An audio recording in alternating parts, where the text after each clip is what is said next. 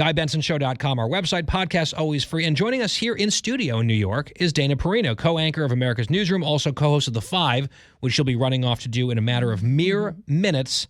Best-selling author, all the things. Dana, it's great to see you. Thank you. Thank you so much. Thanks. All right, I just briefly, before this segment, played some sound of Secretary Pete Buttigieg finally in East Palestine, Ohio, reacting to the derailment of this train that happened almost 3 weeks ago. And it just strikes me as nothing but reactive politics from this administration, from the top down, when it comes to this disaster. And I get some people are criticizing for political reasons, and you can point to this hypocrisy or that hypocrisy, but it just feels like they have handled this very poorly. It's interesting. I was just thinking back as you were talking. I know you're younger than me, but do you remember the Johnson & Johnson cyanide disaster? No. Okay, Not so really. In the 80s, all of a sudden, some people were dying after they'd taken Tylenol. It was like, what in the world's going on? And it turns out that some criminal had been putting cyanide pills in the Tylenol bottles. I'm fascinated you don't know this story. It's ringing a bell now. But so the public relations response to that crisis is considered the gold standard for crisis communications. And Harold Burson of Burson Marsteller, he just recently died about a year ago in his late 90s. He was the PR person that guided Johnson & Johnson through that. And what was the answer? Well, it was be transparent as possible, do the right thing. And what did they do? They pulled all the Tylenol off the shelves all across America until they could figure out what was going wrong. And to this day, I don't believe they ever caught whoever was putting the cyanide in the bottles. I think 3 people died. And the reason I bring that up is that any communicator, maybe he's too young and he doesn't know this story, but that is just the gold standard. You do the right thing immediately and you deal with the politics of it later. Because good policy is good politics. Mm-hmm. The other thing that's interesting to me is that he's vaunted as this great new Democratic leader, right? He's the new it guy. And his instincts are so bad. So the administration, if you call the White House and you say, we'd love to have a guest on Health and Human Services issue tomorrow, they'll say, great, we'll send Pete Buttigieg to you. And he was their go-to person for every single thing. Georgia voting rights. Remember when that law was passed and the entire administration fanned out and they had a full court press to make sure that everybody knew that that was Jim Crow 2.0, even though it was not. Yeah, it was a lie. So when they want to respond quickly and aggressively and thoroughly, they can and they do. And on this one, his instincts did not tell him, I need to get there. Not even just for political reasons, because it's the right thing to do. And now it's 3 weeks to the day tomorrow. It looks like he got pushed into it. Of course he did. Rattled on out in public. Yes. They pushed away the press yesterday. And if you're going to go this late, you just go and you take all your lumps. Okay? Because he already said, I wish I had maybe gone sooner. Like he's kind of mealy-mouthed about it. But if you're going to go, you just go and you take your lumps. Because now the story is you came and you're mad that you have to be here. That's how it looks. Yep. And he's got, the hard hat and he's walking around and doing the tour. This is almost 3 weeks later. It just feels like it was all politics the whole time. Mm-hmm. And the proof of that is the response, if you want to call it that on substance, is they're blaming Republicans and saying, oh, well, Trump did this, and we can get into the weeds. The blame shifting also is factually wrong. Right. But that's what they're attempting. It's the Republicans' fault. It's Trump's fault. Pete saying, well, it's Republicans wanted to deregulate and all this stuff. It's just sort of flailing. They ignored it for 10 days completely, or Pete did for 10 days totally. This is a rare situation in which a natural disaster, a man-made disaster is getting more coverage 3 weeks after the original event than it did originally.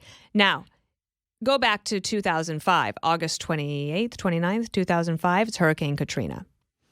We know now because President Bush wrote a book and he walked through with everybody the decisions that he made during Hurricane Katrina and why he made them. And a lot of that blame, and even Oprah said this, had to do with the local and state leadership, the Mayor Nagin, and the governor, Blanco. Kathleen Blanco. But imagine if President Bush, in the middle of everybody reeling from this horrible natural disaster that then led to flooding when the levees failed, had said, well, too bad they didn't listen to me. I told them that they should evacuate, the and they Democrats, didn't. The Democrats did this, especially if he was factually wrong. They would have been all over him twice over. We had every right in the world to point out the facts, but you know who told us not to do that? George W. Bush himself. And when those two, Nagin and Blanco, when we get Air Force One there, Nagin and Blanco are fighting. They're fighting. They will not accept federal help because they don't want to look weak.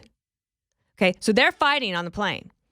And the president is there with them. He says, look, I'll take all the blame. Just let the National Guard, let the federal response happen here.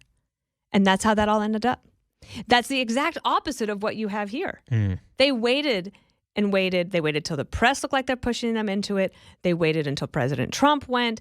Now, if I thought today that they got there and said, okay, now we're here to do the right thing, it would be one thing. Now, James Freeman of the Wall Street Journal wrote an interesting piece yesterday, and he had some good things to say about the instincts of Michael Reagan. Now, he's Biden's person at the EPA. He's not in charge of the federal response. He's in charge now of the cleanup. That has been changed. But he was willing to go, but the White House didn't give him the go-ahead because Pete was supposed to be the one in charge. And how'd that go? I mean, 20 days later, constantly playing catch-up, constantly playing politics on this.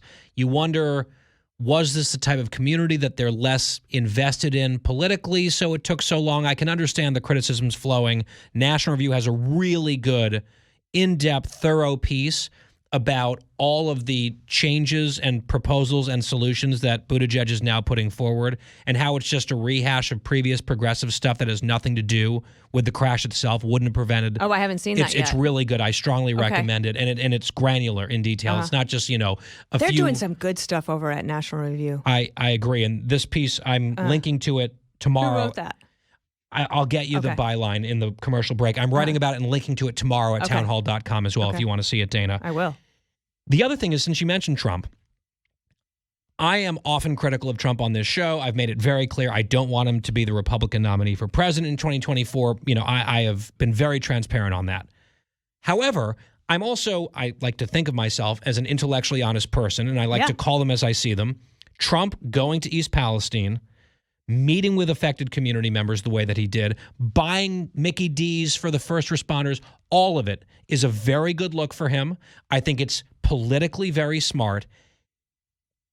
And I cannot get over, I know this is politics and not substance, I cannot get over that the Biden administration was so incompetent that they allowed their malpractice to let Trump beat them to East Palestine. Because he didn't go immediately. He was just there, a couple days ago. He was there yesterday. Was it yesterday? Yeah. They let him beat them to that scene after almost 3 weeks. And that's, when I said about the Democrats try to say that Mayor Pete is their new it guy as a leader. But his instincts are so bad. President Trump's instincts from the time, even before he was president, right? He has good instincts for what people want to hear, what people need to feel, and he has great timing. Not just comedic timing. He does have that. Of course, we know that. He has good timing. And he is the one who could, if he had gone to East Palestine the day after, now I would have said, no, you don't want to take away from the response, and that's too much. Right? He didn't. Yeah. He went 2.5 weeks later. Yep. And his instincts were excellent on that. Yep. I would say some of his instincts are bad on a number of things. But you're right. He has a certain spidey sense about certain things. And the fact that they didn't close this avenue off to him and beat him to the punch is just astonishing to me. So I actually understand why Biden went to Ukraine on Monday, because he was heading to Poland. I'm fine with him going to Ukraine. I think that timing wise made sense. But I also don't understand a White House who is getting ready for a re-election that is so off their game and not on a war footing that they didn't realize that he needed to go to East Palestine first. Not that he needed to, that he should have gone. And let me back up again. What are the president's instincts? His instincts didn't tell him to go. His instincts didn't tell him, I got to send Mayor Pete immediately, or I got to call a cabinet meeting. Imagine if he had called a cabinet meeting on Saturday morning. I want everybody in my office, 8:30 a.m. We're going to meet, and I want to know from HUD, the Housing and Urban Development, HHS, Health and Human Services, EPA. SBA, Small Business Administration. I want to know what the Department of Commerce. I want to know what each of you has as an idea to bring forward to this problem, and I want answers by noon. We were like, damn, all right. But he didn't do any of that. He didn't do any of that. Bad instincts from him. Bad instincts from Pete. Fortunately, they have a secret weapon with excellent instincts in the vice president. But I will say this, and it's the last point, since you mentioned Ukraine. I am glad President Biden went to Ukraine. I'm glad we're supporting the Ukrainians against the Russians. I've made no bones about that. But the juxtaposition of not going to Ohio and going over there, you can look at that series of decisions and say, that doesn't look great, even if I support half of it, which I do. Exactly. I agree 100%. Dana Perino, I mean, you've got to run. You've got a show to host. It's not like Mayor Pete was stuck in an elevator for the entire time. He might as well have been. That's a good preview of my stuck in an elevator story from earlier today. We'll get to that later in the home stretch. Run off and do Thanks the for 5. having We'll me. be watching. Okay. Dana Perino, always good to see you. And with that, let's take a quick break. We will return with much more of the Guy Benson Show, including, yes, that elevator story. It's all coming up. Stay with us.